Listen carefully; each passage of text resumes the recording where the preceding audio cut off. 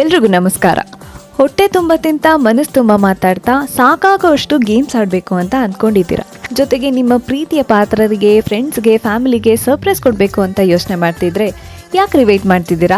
ಈಗಲೇ ವಿಸಿಟ್ ಮಾಡಿ ನಮ್ಮ ಟೀ ಬೆಂಚ್ ಕೆಫೆ. ನಾವು ನಮ್ಮ ಫ್ರೆಂಡ್ ಬರ್ತ್ಡೇ ಇತ್ತು ಅಂತ ಸುಮ್ಮನೆ ರ್ಯಾಂಡಮ್ ಆಗಿ ಹೋಗೋಣ ಅಂತ ಹೋದ್ವಿ.